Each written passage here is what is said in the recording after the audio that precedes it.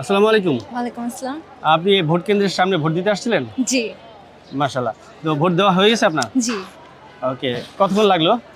বেশি সময় লাগেনি। লাইন খুব একটা দীর্ঘ না। আচ্ছা। এখনো অনেক মানুষজন আসছে।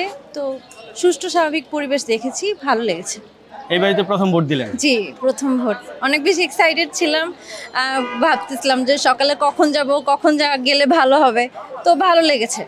এখন পর্যন্ত আইন শৃঙ্খলা বাহিনীর তৎপরতা অনেক ভালো ছিল। সব মিলে এখন পর্যন্ত আলহামদুলিল্লাহ ভালো। Let's hope for the best.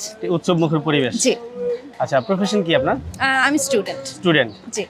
আচ্ছা, এখানে এসে কেমন দেখলেন ভোটার উপস্থিতি প্লাস সব শ্রেণীর মানুষের জি। উপস্থিতি দেখেছেন তো? হ্যাঁ, সকল শ্রেণীরই উপস্থিতি অনেক বেশি।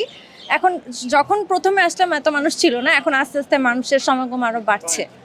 আচ্ছা, আগামী বাংলাদেশ কেমন দেখতে যাচ্ছেন? আমরা চাই একটা সুষ্ঠু স্বাভাবিক নির্বাচনের মাধ্যমে ভালো কেউ আসুক, যে আমাদের দেশটাকে উন্নয়ন করে আরো বেশি আগিয়ে নিয়ে আসবে।